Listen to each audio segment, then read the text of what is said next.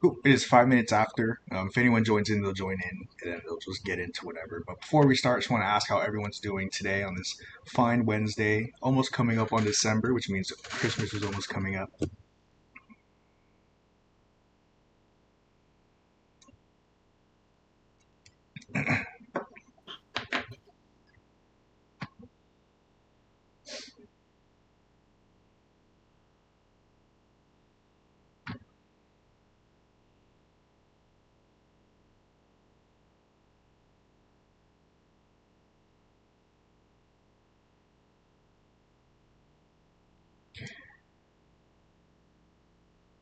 Cool. Can everyone hear me?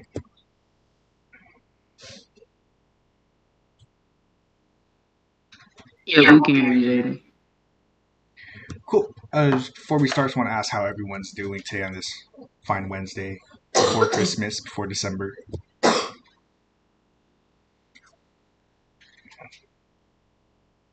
Currently trying to build up some ammo to spread and flood the our feed pages with opposition against tomorrow. So trying to get my artillery up for that. Right on. That's right. So today we're going to be doing something a little different. We're going to be just looking at some quotes from revolutionaries from the past, some of the not so distant past, all the way from the 1800s. Lenin, Rosa Luxemburg, Huey Newton, some Marx, Stokely Carmichael, and all those people, just to gauge at what our revolutionaries were doing and talking about and living in their material conditions before us in their time and in how they perceive the world from their perspective in their material conditions. And you'll notice that there's a lot of similarities when it comes to these quotes and to what these people lived in their times. It, it's usually when we think about the past, it's like black and white, like as far as like the color, old, technology wasn't up there. But when you live in these times, it's no more vivid than when we live now, than how we articulate and understand our material conditions now. And especially our previous revolutionaries, our socialists and communists of the past, understood very well their material conditions and, in most cases, analyzed them in much similar ways and in the exact same ways that we do now. They had a very well and a very ingrained understanding of their material conditions as we do, of course, now. So there's a lot of similarities that we can draw from our revolutionaries from before, what they said and what they did, to how we must conduct our revolution now in the 21st century. So, from these quotes from the 20th, sometimes the 19th century, you'll see that a lot of stuff applies to what we talk about now. And I was just skimming through some of the quotes that Lenin was talking about, and I wanted to start with this one. Bourgeois democracy is a democracy of pompous phrases, solemn words, exuberant promises, and the high sounding slogans of freedom and equality. But in fact, it screens the non freedom and inferiority of women, and non freedom and inferiority of the toilers and exploited. Now, if you said that now, we would 100% agree that it occurs now. Bourgeois democracy is just nothing more than just a bunch of circle jerking for the elite, circle jerking for the capital owners. But as you can see, Lenin wrote that over 100 years ago, and it's still very applicable now. So, understanding our bourgeois and proletariat struggles, our class struggles, time is only an illusion. Time is something that escapes us when we come to understand our material conditions. We take it for granted that time, and especially our positions in time, exist very different from those, as like Lenin, who lived 100 years ago, to the people who live now. But understand that time is an illusion when it comes to class struggle.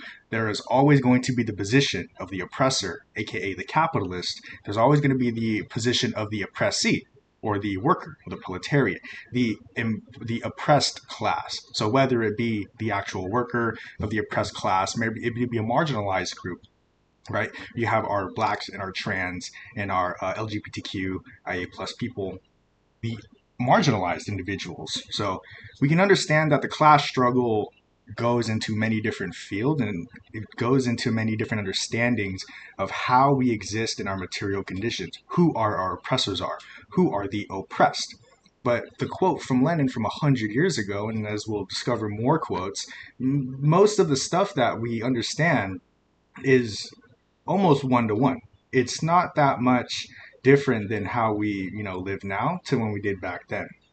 And then say it is the moments of need that one learns that friends are. Defeated enemies learn their lesson. Classic dialectical materialism. I think there's one up here that I wanted to talk about at the very top. It was like near over here. Right here. In the history of modern socialism, this is a phenomenon that the strife of the various trends of the socialist movement has from national become international. So even more than 100 years ago, we were talking about some form of revolution on the intercommunal level. And Lenin understood this, and the working class of the USSR understood this to a degree. Mostly it was Lenin and the Bolsheviks that understood that the working class revolution must be from a international perspective and an international point of view. It couldn't just be somewhat what the Germans did in the 30s, as we observed, national. There is no place for nationalism in our socialist movements and our communist movements. There is only international, and there's only comrades for all, not comrades for some. So we understand the what is to be done, dogmatism and freedom of criticism. That socialism is, in its modern form, an international movement. It is not something that we must take to the national or even lower at the state, city, or town level of coalition. The international coalition must be considered when we bring about these socialist practices. And especially when we observe the survival programs of the Black Panther Party, we understand that it is just for anyone in need, right? All victims of capital are there to benefit from the socialist programs because it is social services that help us, progress and move as a society. So we're scrolling down here. I'm just looking for short ones. A basic condition for the necessary expansion of political agitation is the organization of comprehensive political exposure. So in ways we do now, like with the general strike is that political agitation and that we are organizing for this political exposure. So the more we poke and prod at the bear of capitalism and the imperial forces, the more we will get noticed. Not just by the bourgeois forces, but by the unconscious class workers as well. So as we do here, we plant our seeds, we have our conversations, we talk to people, right? Some more forgiving than others, some more, forthcoming than others. But as long as the seeds are planted, as long as we cause this political agitation, we will receive political exposure through our organization. So as we organize, don't let the lack of the fruits or the yielding of the fruits of your labor be discouraging to you. As you can see, this movement has been going on for quite some time, even before Lenin was, poking and prodding at the capitalist bear. We understand that our movement is cross-generational, right? We want to see most of our efforts completed and done within our lifetimes, and especially within, our perception of, a couple years. We want to see it happen very quick. But understand that progress is a generational game. It's not something that we can accomplish in a single lifetime. It's something that we must organize as a class together across time. Not something that we must do for ourselves for our own time and our own lifespan and lifetime. That's how we get the collapse of the USSR. They failed to reproduce much of the proletariat or socialist values, having been clinging on to the capitalist mode of production for too long, especially after Lenin had passed, right? And then Stalin took over. Nothing bad to say about Stalin, big spoon and whatever. But there are too many reproductive factors from capitalism that they held on to. They did not listen to Lenin when he said we need to ditch everything that from the bottom up and from the top down. Everything that encapsulates a bourgeois mode of production and a bourgeois scheme of life, we must abolish. Through the dialectic analysis of its being, right? Understanding the contradictions that exist within those schemes and those modes of production that the bourgeois push and the bourgeois encapsulate. So all the ideas of liberal freedom, as we talked about a couple weeks ago, the Rousseau's, Voltaire's, and the Enlightenment period philosophers, that is where a majority of the philosophy comes from to make liberalism or neoliberalism in our modern era. So it is these freedoms of man, capital M, the being that thinks, is the freedoms of man, the freedoms and rights, inherency of these rights, and how one individual should treat one another, especially when it comes to private property. We understand that these values, right, exist And so, from the analysis of these values as they exist, we find contradictions in their praxis and in their use. Right? On paper, any theory looks pretty damn good. Like you pick out most theory. So here, especially here on the left, it looks fine. But in praxis and in practice, especially in bourgeois theory, there's a lot left to be desired. Because when you're talking about theory and you're talking about for world building and formulating the material conditions, you lack the understanding of every single material condition, right? You build a theory in your world, in your perfect world building, then you apply it into the material condition, then you understand what contradicts each other, what fails, what doesn't work. And this is why scientific socialism is an important aspect in trying to implement in a mode of production. It's understanding itself. Capitalism does not understand itself. Capitalism goes, captures markets, appropriates imperialism, attempts to try to do as much as it can, in the limited lifespan that it has, because everything exists in a state of decay. Feudalism wasn't forever, right? Hunter-gatherer societies wasn't forever, and surely enough, socialism and communism won't be forever. It's understanding that our material conditions shift and change, especially when the individual lives a finite amount of time, right? So had Lenin lived for hundreds of years, we could have potentially saw a reign of USSR, that type of socialism from the Russian Bolshevik Revolution. But obviously, Lenin, right, passed away sooner than he should have, honestly. But due to sickness, right, our finiteness in our existing in the material conditions helps us understand what works, what doesn't, because everything exists in a state of decay. Once this thing, like whatever we're talking about, has decayed, an entire value could be assumed and could be analyzed once the entire experience has been went through.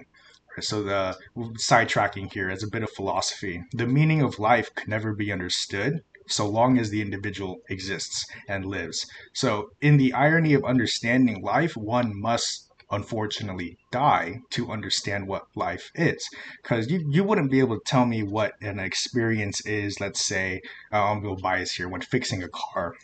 You won't be able to tell me what the problem is or fixing the car until you had fully diagnosed the vehicle, right? In the same ways that we do life, we are unable to fully diagnose the vehicle of life because technically right now we're still driving it. And in order to diagnose, some sort of problem like that, you'd have to step out of the driver's seat, step out of the car, essentially cease perception, no longer be, to understand why things happen.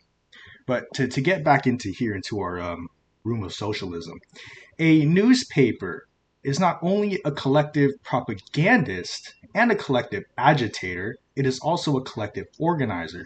And on here, was it a week ago, I saw someone wanted to do a project about some newsletter, and there's a communist out of the UK, a newsletter that's doing something like this. I think it's doing exactly like this. They're publishing newsletters. I don't know if it's every month or quarterly, but they have a newsletter that they push out. It's like £6 for the um, digital physical copy, and then £4 a month for the digital copy for cross seas. So if you're in the UK, you can have a communist, right, shipped and delivered to your door. But if you're not, if you're abroad, you can still have the digital copy and still support the movement, the communist movement in the UK. So that was something interesting that we could do here in the General Strike, is to have a newsletter for General Strike things, and we can have a model just similar to that where people help and fund that. Then moving on to another quotes, but every little difference may come if a big one, if it is insisted on. Yeah, you can poke and prod anything if you want to make it a big thing. If you want to make it a big thing, it will be a big thing, because when people focus their efforts and people focus their beings on a specific, entity, topic, notion, idea, it will get fleshed out and it will get, examined and analyzed. And more so than others, right? Individuals will analyze, right, to their degree, to their ability. But every single instance of any little thing could become big if one attempts to put themselves in that situation. So no one has to, like Karl Marx didn't have to go in and analyze the capitalist mode of production, understand its contradictions through Hegelian dialectics, which then turned into material dialectics through the understanding of historical reasoning and all that nonsense. But Karl Marx didn't have to do any of that. But this quote right here essentially says, if one can, one will, and if one wants to, it will happen. So let's go going on down here, those small ones again. That today, When the wave has ebbed, there will remain only real Marxists. Does not frighten us, but rejoice us. Now, I don't know what ebbed is. It's a little language from a while ago. But the gist I'm getting from this quote is that only real Marxists will remain after whatever the ebbed is. But it shouldn't frighten us that only real Marxists, or, in this quote, yes, should scare us, but rejoice, understanding that individuals have gained a sense of dialectics in their understanding that the material conditions affect us in one which way or another, right? This, that, or the third. And whatever ways that the material conditions affect us, the individual understands this. So, and in today, right, where only quote unquote real Marxists exist, or as I would put, individuals who have an understanding of dialectics exist, should not frighten us. We may lose individuals in our revolution. No, we will lose individuals in our revolution, right? As we already have. This should not scare us. It should embolden us to push the understandings of dialectics and historical materialism as an understanding of our material conditions in our life. So we shouldn't be afraid of death. Death is actually a part of the experience of life. Without death, life is meaningless, right? If you just live forever, what's the point? You die, so then you have a value. So then you have something to look forward to, in a sense. Here we go. All official and liberal science defends wage slavery, whereas Marxism has declared relentless war on that slavery. Right? Wage labor is slave labor. Instead of being sold as the entire entity under slavery, you're selling your hours, you're selling your time, you're selling portions of yourself to, do whatever you want. Like if you need money in this modern sense, you will sell your time, right? You're not getting that 20, 30, $40 an hour. You are selling your labor for that 20, 30, $40 an hour. So it goes both ways. The individual who lacks control of their worth sells themselves for an hourly rate, while the bourgeois enterprise and the entities of the bourgeois existence buys your labor. They purchase your labor for an hourly rate, for which they deem a necessity, and it's at a bare minimum. So whenever you see an hourly rate when you're looking for jobs, it's not a rate that they are, let's say, like trying to lure you in. It is a bare minimum rate at which the operation costs, right? That's a bare minimum for the business. Whatever enterprise is posting a job search and they list $25 an hour, it's not just because they want to pay you $25 an hour. It is a bare minimum and an essential need that they have to pay you $25 an hour in order to, run the production costs and make the profits they need to realize. So whenever you ask for a raise, and this is why when you ask for a raise, they're hesitant and they hate it because they have already calculated and baked in all of the costs, especially the labor costs with overtime and all that. But if your salary doesn't matter, but they've already baked in all of the costs it goes in to run a production like like a Microsoft or something, like to make quotas and deadlines in their business model. So raises hinders that profit, of course, right? Because that's where you get your salary, your paycheck, and such. But it hinders the profits. It hinders the revenue coming into the business, which is not good for the bourgeois entity. Bourgeois entities love to make a profit, and that's all the reason why they exist is to make a profit. So here we go. Where the bourgeois economist saw a relation between things, the exchange of one commodity for another, Marx revealed a relation because, as we talked about last week as well, and we're going to get into a little bit today as well, the idea of appropriation versus appreciation. So, bourgeois economists and the bourgeois like businessmen and whatnot appropriate things, and within their perception, people are things. And so, Hey the Jaden, yeah, if what's you're going on? talking, we can't hear you. Oh my gosh.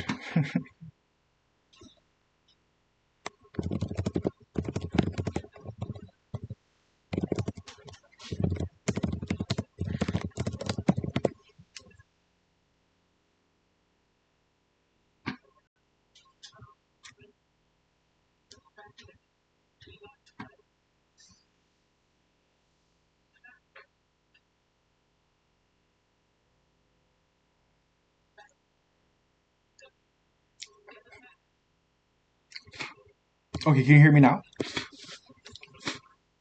Yep, we can hear you. Okay, I don't know which last quote we left off on, but right here, where The bourgeois economists saw a relation between things, the exchange of one commodity for another. Marx revealed a relationship between people. So this is going back to last week's conversation about appropriation versus appreciation, or the steps in which an individual takes in that order. So bourgeois economists and bourgeois, like the businessmen and whatnot, appropriate first their material conditions, then appreciate a profit afterwards, after production has been said and done. Karl Marx revealed a relation between people and understanding how labor and individuals, from the resources that they have in their immediacy, are the ones that actually create the goods and services that we enjoy and consume, right, as people in the working society. So, as bourgeois economists understand what things are, they understand how to manipulate things within their immediacy, people being no exception to the thing, right, an object. So, the objects and the commodity, especially labor as a commodity, they know how to move things around. It's completely non empathetic kind of scheme of life, kind of thinking. The bourgeois economist and the bourgeois, businessman understand that things are here to be appropriated as, man, capital M, the being that thinks, versus the individual, just the one that exists, the being themselves, before the thinking happens. So Marx and the people, bourgeois and the things, we understand that is the people that makes the things. It's not the things that make the things. That makes no sense. I would almost call that a contradiction. But Karl Marx himself, among other Marxists later, of course, understands that the relationship between people move production along. It's not the fact that machines do it. Machines came from a someplace, and that a someplace is the labor. It's the labor of the people that created the machines, and then thereafter the machines go ahead and labor freely, autonomously for the bourgeois. But I understand that machines come from labor, like AI comes from labor, and our technology comes from labor. And it comes from our, you know, coming together in our organized production to make such products happen. And so when we build these machines and this autonomy, right? We don't do it for ourselves. And this goes back to alienation. We don't build the machines that automate our processes of production for the interest of the proletariat. We don't do it for the interest of less slaving working class. We do it in the interest of a privatized profit and a bourgeois motive, the owners of production. And understanding who owns production, you'll understand where the profit goes. So, moving along, capital created by the labor of the worker crushes the worker, ruining small proprietors and creating an army of the unemployed. So, we just talked about this. The people make the machines, and then the machines improve production, but the compensation, right, is removed and reallocated. So, it doesn't just disappear. The compensation doesn't just disappear when someone is laid off of their job for $80,000 a year, and then they are replaced by some algorithm or some code. The $80,000 doesn't just poof, go away. It goes back into the pockets of the private interest, of the corporations, the bourgeois entity. So the profits go back to where, or not back to, they are appropriated as such in the mode of production. So profits are created by labor, right? Whether it be from a machine, right, automation, or whether it be human labor, appropriated by the owners of production. So capital, right, created by the labor of the worker. Because where does capital come from? Capital just doesn't exist like water, doesn't exist like land, the sun, the air. It doesn't just isn't here. Capital has to be created, has to be made. And so tools, right, the past materialized labor capital creates more capital. So when you're out, let's say not even out, when you're making art on the, on a, not Photoshop, just you're making art on a software. That software itself had to be made through labor. And so if you purchase your software, if you pirate it, there exists a labor, a type of capital that is present, a materialized past labor. Someone had to write the code for that artist software. Someone had to stylize it, package it, and then, of course, someone had to go out, market it, and sell it. There's a whole bunch of labor when it comes to understanding where our products, where our capital, more importantly, comes from. So, capital, like our factories and our buildings, especially in the houses or apartments that you live in. If you are paying rent, you are living on capital. If you are using at work tools and such that are not owned by you, that is capital. Of course, the buildings and such that you go into for work, it's all capital. And so from this quote, you understand capital created by the labor of the worker, because workers make all the capital. So imagine all the tools that that you use. As a mechanic, again, I'm sorry for the mechanic examples, but when I worked at a shop, I was provided with tools that were either too expensive out of my budget, or I just simply didn't need because I didn't have any use for them. But the shop did, because they had that kind of vehicles there. So the shop would provide, big tools that I wouldn't carry on my personal box, and that is what you would consider capital, right? The tools that I had were my personal property, using it for a private interest, but it's still personal property. UPS couldn't go and take my tools or my tools, but the tools that they had supplied is considered capital. So they had big old impact wrenches, they had big old wrenches, big all the big tools and such, and that would be considered capital. That is past labors, right, materialized for a particular interest. And in this sense, it is the bourgeois interest. So regardless of, right, that labor, and what was the interest was made out of it, why they made it, that profit, how it was sold, how it was marketed, whatever, it remained as such a piece of capital, right, a past creation through the exertions of labor. So moving on now, again, I like these short ones. Capitalism has triumphed all over the world, but this triumph is only the prelude to the triumph of labor over capital.